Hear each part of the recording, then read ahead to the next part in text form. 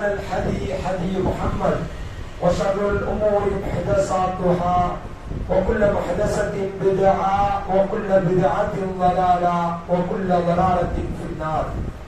கண்ணியத்திற்குரிய அல்லாஹ்வின் நல்லடியார்களே, புகழனைத்தும் ஏக இறைவனாகிய அல்லாஹ் ஒருவருக்கே உண்டாகட்டுமாக. சாந்தியும் சமாதானமும் உயிரிலும் மேலான முஹம்மது ரசூலுல்லாஹி ஸல்லல்லாஹு அலைஹி வஸல்லம் அவர்கள் மீதும் அவர்களுடைய வழிமுறையை தங்களால் இயன்றவரை பின்பற்றி வாழ்ந்த சத்திய சஹாபாக்கள் சஹாபிய பெருமக்கள் மீதும் அனைத்து நல்லடியார்கள் மீதும் குறிப்பாக இங்கே அமர்ந்திருக்கக்கூடிய நம் அனைவரும் மீதும் அல்லாஹ்வுடைய சாந்தியும் சமாதானமும் என்றென்றும் நின்று நிலவட்டுமாக. ரமதானுடைய நாளில் இரவு தொழுகையை நிறைவேற்றிவிட்டு அல்லாஹ்வுடைய ஆலயத்தில் அமர்ந்து அவருடைய மார்க்க விஷயத்தை நாம் எல்லாம் அறிந்து கொண்டிருக்கிறோம். அல்ஹம்துலில்லாஹ். அல்லாஹ் ரப்பல் ஆலமீன் ரமலானுக்கு சிறப்பாக திருமறை குர்ஆனை குறிப்பிடுகிறார். ஷஹ்ரு ரமலான் அல்லதி உன்சில ஃபீஹில் குர்ஆன்.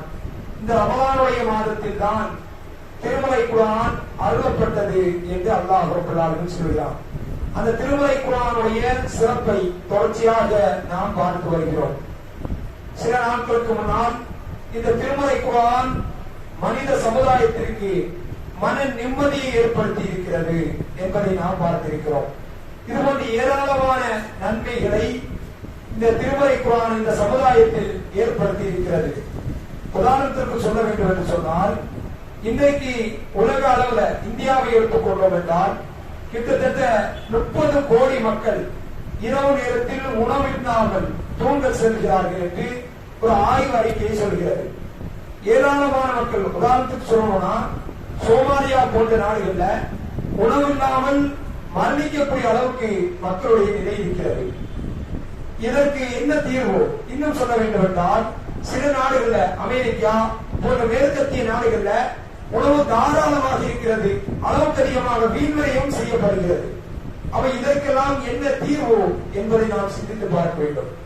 பல பழமொழிகளை சொல்வார்கள், டைலாக்னு சொல்லுவாங்க. பல பேர் சொல்லுவாங்க, என்ன சொல்லுவாங்க, அதாவது கடவுளுக்கு கொடுக்கக்கூடிய அடியானாக இருப்பதை விட மனிதருக்கு ஏழைகளுக்கு கொடுக்கக்கூடிய கடவுளாக இருக்கிறது என்று சொல்வார்கள். எப்படி?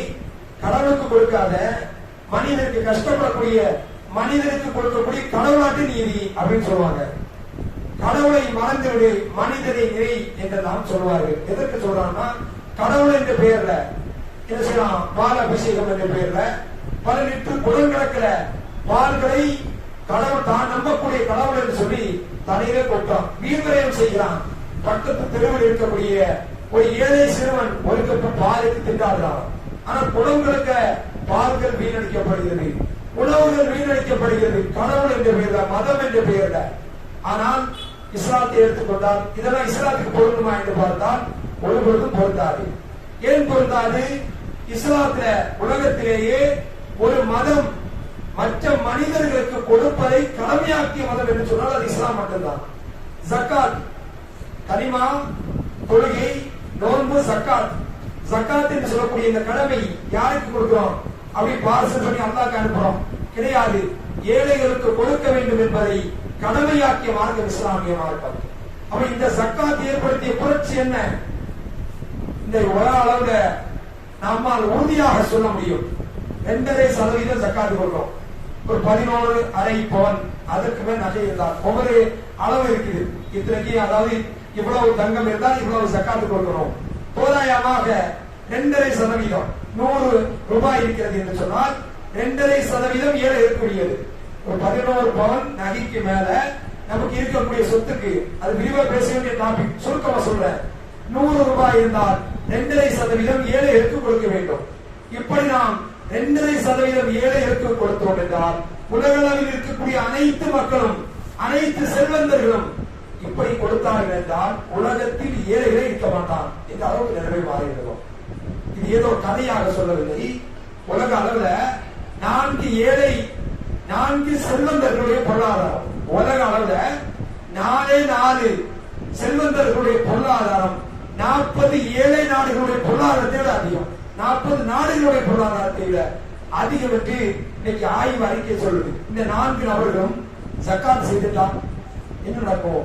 உலகத்திலே ஏழை இருக்க மாட்டான். எந்த அளவுக்கு செல்வத்தில் மிதந்து கொண்டிருக்கிறார்கள் என்றால், சமீபத்தில் ஒரு ஓராண்டுகளுக்கு முன்னால் சவுதியில ஒரு போட்டி நடக்குது, ஃபுட்பால் மேட்ச் நடக்குது. அந்த மேட்ச்ல அந்த டிக்கெட் எத்தனை ரூபாய் தெரியுமா? ஃபுட்பால் மேட்ச்ல அந்த டிக்கெட் விற்பனை செய்யப்படுகிறது. ஒரு டிக்கெட் 20 கோடி ரூபாய். கிட்டத்தட்ட 1.5 லட்சம் மக்கள் அதில் கலந்துட்டாங்க. அந்த போட்டியை பார்க்கறதுக்கு ஒரு டிக்கெட் 20 கோடி ரூபாய். 1.5 லட்சம் மக்கள் கலந்துக்கிறாங்க. வேற சீட் இல்ல, டிக்கெட் இல்ல. அவங்க எவ்வளவு வசதி படைத்தவர்கள் இந்த உலகத்துல வாழ்றாங்க. அப்ப இவர்கள் எல்லாம் ஜக்காத் செய்தால், ஜக்காத் கொடுத்து விட்டால் உலகத்தில் ஏழைகளை இருக்க மாட்டார்கள். இப்படி இஸ்லாமிய மார்க்கத்தை பின்பற்றினால் ஏழைகள் இருக்க மாட்டான். இப்படி ஏராளமான மன நிம்மதிக்கு எங்கே தீர்வு இருக்குது? திருமலை குர்ஆன்ல தீர்வு இருக்கிறது. இஸ்லாத்தில் தீர்வு இருக்கிறது. வறுமையை ஒழிப்பதில் தீர்வு எங்க இருக்கிறது? இஸ்லாத்தில் இருக்குது. மதுவை ஒழிப்பதில் தீர்வு எங்க இருக்கிறது? இஸ்லாத்தில் இருக்கிறது. வட்டியை ஒழிப்பதில் தீர்வு எங்க இருக்கு? இஸ்லாத்தில் இருக்கிறது. தற்கொலையை குறைப்பதில் தீர்வு எங்க இருக்கிறது? இஸ்லாத்தில் தீர்வு இருக்கிறது. திருமலை குர்ஆன்ல தீர்வு இருக்கிறது. ஆனால் இன்னைக்கு இஸ்லாமியர்களுடைய நிலை எப்படி இருக்குது? திருமலை குர்ஆனை படிக்கக்கூடியவர்களா இருக்கிறாங்களா? யோசிச்சு பாருங்க. நபியார் சொன்னார்கள், அலிஃப் லாம் மீம் லா கூல் அலிஃப் லாம் மீம் ஹர்ஃபுன். அலிஃப் லாம் மீம் என்பது ஒரு எழுத்து கிடையாது. வலாக்கின் அலிஃபுன் ஹர்ஃபுன் வலாமுன் ஹர்ஃபுன் வமீமுன் ஹர்ஃபுன். அலிஃப் ஒரு எழுத்து, லாம் ஒரு எழுத்து, மீம் ஒரு எழுத்து என்று சொன்னார்கள். அப்படின்னா என்ன அர்த்தம்? அலிஃப் லாம் மீம் இவ்வளவு ஓதிட்டா ஒரு நன்மை தான் கிடையாது. ஒரு எழுத்துக்கு 10 நன்மை. அது ஒரு எழுத்து கிடையாதா? 3 எழுத்து 30 நன்மை என்று சொன்னார்கள். ஒரு செகண்ட்ல 30 நன்மையை அள்ளி தரக்கூடியது திருமலை குர்ஆன். அதை நாம்